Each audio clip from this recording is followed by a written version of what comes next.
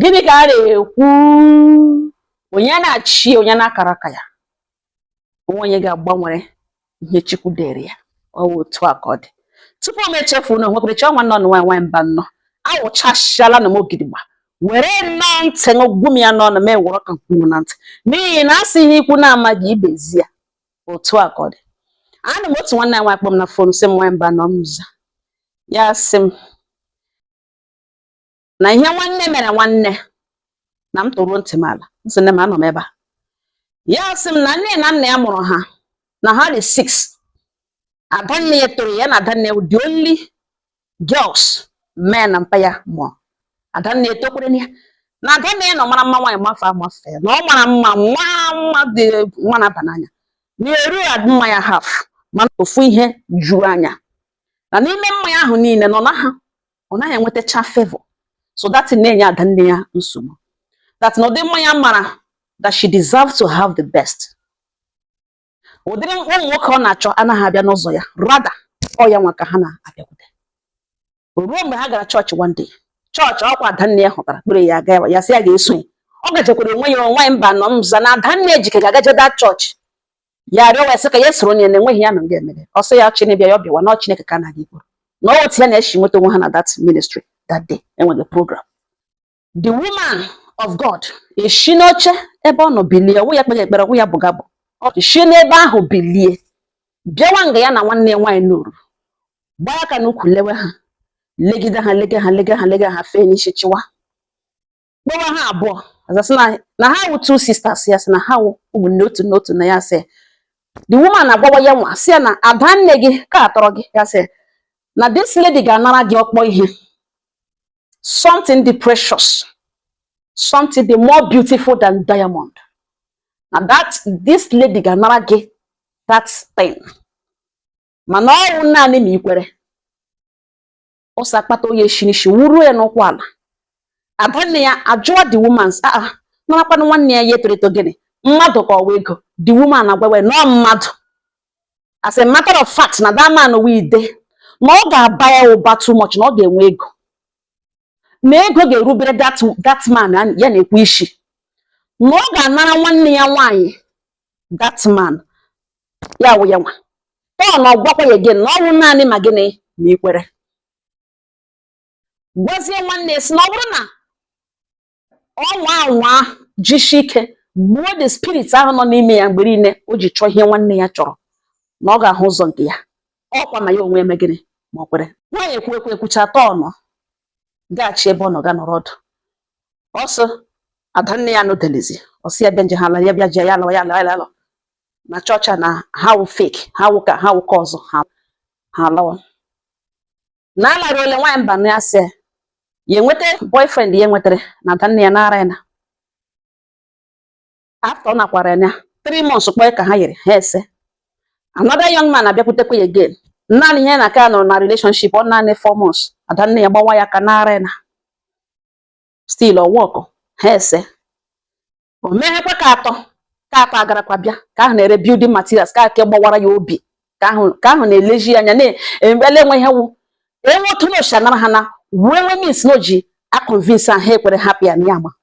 ọ nara ya ka atọ ahụ gbawara ya ezigbo obi wute ya be heartbreak. Adanne gwa ya na ọ wụ onye nzube Chukwu na ya just die ya after all na ọ ya nwa nwoke ada na ya deserve the best na o chere ya pụọ onwe ike megịnị pụwa. Ọ si elega Adanne gba nkịtị ekwu ha okwu. Nwaanyị mba nọ nza Adanne bịa mete one young man ji ego na the boy shi na big family makwanụ mma the boy amọfụ and the omega ọfụma o ji ego ya na Adanne ya n'ihu ha na-aga na Mary Odladis na na-ele ha ele. Adanne ya bịa fall in love with that young man ya bịa dị ime. Process ahụ ma mgbe ọ lọvụga that young man ma gịnị ka di ya na ugbo ya na-ebi garara bịa ịlụ ya and di ya enwe otu ọrọrọ ya o ji ego enweghị ihe ọ nwere nothing. Adanne ya ele ya ọhụụ dịrị ya nọ na-eri asa akakwa na akụkọ ya akọpụrụ n'ihi na obi ya nọ ebe ahụ attention ya na that side o nwere nwoke somebody nagaghị uche tọọ ha kwa ya ime ya na ya abụọ na ọ na-edere mma faith ya. Process ahụ nọtara ka anọ afọ ime na ha agala 2 months di ya egwojie dịka egwojie na ya adịghị dịka ya lụọ ka ya lụọ even ihe mere na list a manage ya manage take ka di ya tete ga emege hini na emecha adanne na-achị ọchị ya na di ya lọ ya dọwa di ya nọzi n'ụlọ di ya hụ na enyi ya nwoke nọ ntara hapụle reject afọ ime nọ ntara mmanya na plan gawala bekee mgbe ọ hụrụ dat na ụdịka pride o nwere ya gaa amụ nwa ahụ n'ụlọ without marriage na gịnị nwanne nwaanyị alụrụ di pọ ya bịa mụọ nwa n'ụlọ ya gbajemega wepụga nwa anọ ntara bịa ha very very free bịa ha single and searching na nwaanyị mba nọ nza na naanị ihe ya na di ya nọrọ na marriage nọ naanị 4 months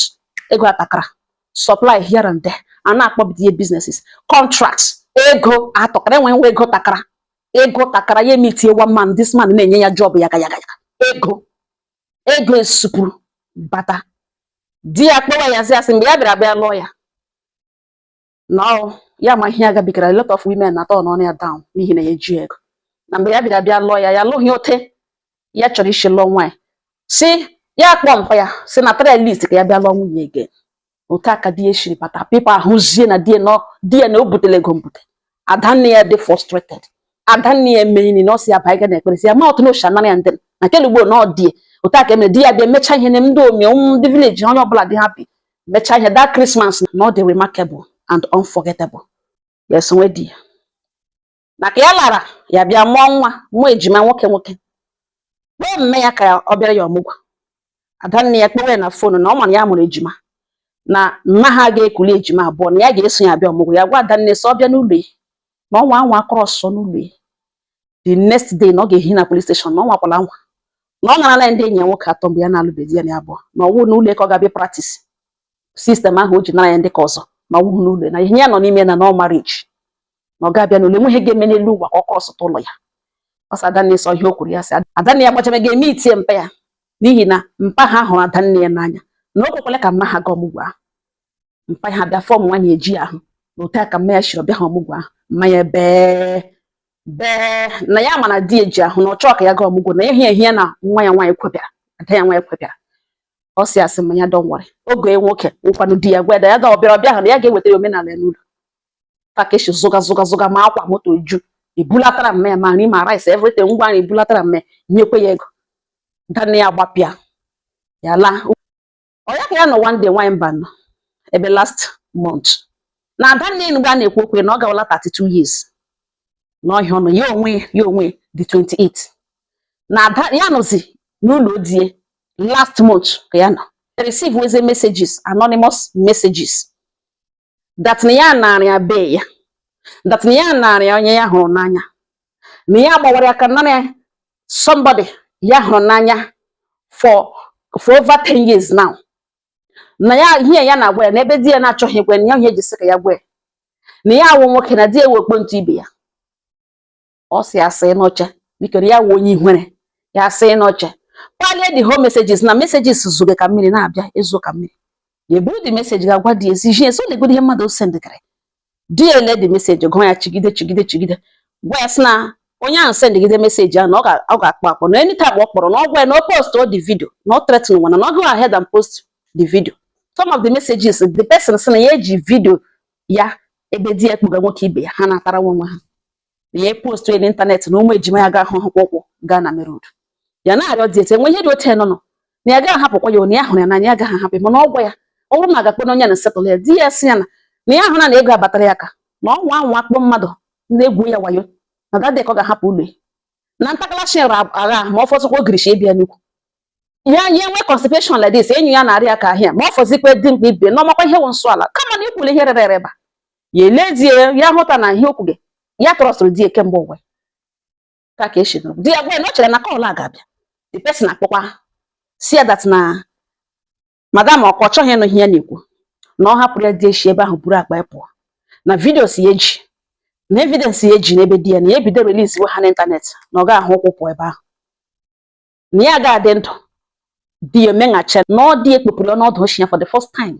si na ọbịazi ugbo bịa hapụ ya ga lụrụ nwaanyị lelee ihe ọ na-atara iprove nwaanyị mba nnọọ nza ya sị m gụrụ meseji na m hụ meseji na ihe ke na oshi ushi n'anya ya gbana nkịtị ji n'oji di esi eji ya gwa ya sị nsogbu anọ na di ọtara ike ọtara te mmadụ ọtara ka anụmanụ na ya ga-alụ ya na ọ dị na ya go ahead ga-postuo ya ka ya lere ya ga-eso elere the video the person na-agbanyụ ya fonu na ntị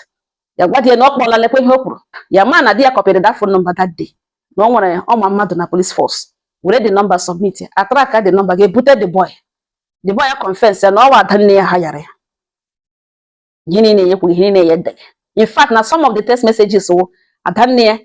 type or send yara ihe na-eme na forwarding abịa hụkwana phone ya na here most of the messages will forwarded messages sendere na WhatsApp forwardere ka ọ forward gara this woman na ha gara zụrụ new sim card were na-eme that. Ụmụnne m police emene arrest mekwa ada nne ya arrest ya gakwara ada nne na police station ebe ọ nọ na ofe kanta jụọ ese na ọkwa hụ na prophecy nwanyị nọ ntara na ọbịala na mmezu na the woman si na ọ bụrụ naanị ma ya kwere na ọkwa hụ na ya ekwe na ọkwa ihe o ji succeed na ka ya gwazie ya part ke ya that woman gwara that day ọ na-echete the woman gwara na ọ bụrụ na ọ ga-apagbu mmụọ ọjọọ anya n'ime na ihe ọ ga-ahụ nke ya na ọ chetara ihe the woman gwara that day ka ya chetara ya na ọ mana cousin brother di ya n'ala bekee na USA hụrụ ya lọtara pay die visit hụ ya like ya si ya like nwunye na o nwere nwanne ọzọ mgbe o kwuru okwato ya n'ala ya echeta nwanne hụ na ihe nwere ya rubbish na di ya gbara so gasị nwanne nwoke na ọhụ ada nne na ada nne ya mọfụ na-eweta picture di eweta picture wedding ha silekwa ada nne video mgbe elegede video silekwa ada nne nwunye the guy si na ya dị interested na ihe n'ugbo o mere ya sị na ọ bụzi di ya kpoziri nwanne nwoke si na ya ga-agbore chi ọbụbọ kelee chi na olu zole that one na ọhụ nwoke na mma na ọ na-ala bekee o megekwa n'ọfụma na o gbara nga ọ na-achụ ya lose oke not from here na ọ gaje prison na ya ga-emeke sure of that na since o ji nyewe nsogbu since o ji chụgburu iwe na enwere ihe o mere ya megwara na ọhụ na ka ya sị law will prevail n'ishie. Ụmụnne m na mmanya kpakpadebe di esi na ọ nwakwala nwa lee anya n'ihu ọbịa lewe famili anya n'ihu na ọ hapụkwa polisi ha arụ ọrụ ya na ada ya nwaanyị o mete ihe court ọ ga-aga court ya emete ihe prison ọ ga-aga prison so that di ya ga na-abịa eleta ada ya nwaanyị n'ihi na ọ ya nwa zụkasara ya laya n'iyi ihe ada ya nwaanyị hụrụ taa na ọ wụ di ya zụkasara ya laya n'iyi mee tụtụrụ nwa ya nwaanyị laya n'iyi na ọ ga na-abịa ebe ọ bụla lọọ bugere na di ya ga na-agaghị aga eleta ya ebe na ọwa ebe okwu nọ na ada nne ya mere ya na nna ya ekwepịa ya agaghị ọmụgwọ first ọmụgwọ ya kwesịrị ịgara nwa ya na ha abụọ plan ọrụ ya agaghị ọmụgwọ na ebe ahụ nọ na ebe ọ kwesịrị nọ. Ụmụnne m ọsọ m bịa jụọ ọnụ na-ele ihe ụlọ si eme na ọkweghị ihe ịgbaghara this lady na ọ naghị ekwe ya ekwe na ya chọrọ igosi ya that yes na ya onwe nwekwara obi na ihe nwekwara obi n'ihi na ọ na-egosi nwanne ya nwaanyị metụ ya ihe mee ihe mechie ya ike for the first time na ya gbagharakwara ya pụta o nwere ike yuzara ga-agbagburu di na obi fere ya azụ. Ọsọ m jụọ ọnụ si ele ihe ụnụ si eme. Ụmụnne m sị ebe ka na-ekwutere ugbu a na ọ bụkwa eti aka n'akwụkwọ ọ savụrụ jetam ọ na-agbaghara ya elowe ọ ga-eti aka n'akwụkwọ dat na onye nwere mind ịplanụrụ mmadụ ihe na-enwe ihe mere dat man na ọ nọ n'isi ọ ga-sign undertaking biko a ga-ebidogodara side aga m agbọtọkwara gị okwu ị ga-anụkwa ihe ụmụnne ga-agwa gị biko onye kwuru obi ya ọ rụrụ na ole ihe ige ma ọsọ jụgụnụ si ele ihe ụnụ si ya mee lekwe prison lekwe nwanne ya nwaanyị ya gba nkịtị hapụ ya ga prison mmadụ ga-elecha isi ya dị wicked zụọ nwa ga-ezọkasa ya ọ ga-alala ha n'iyi anọghị ebe ọngọ ha m n'ọnụ udo dịrị ọnụ.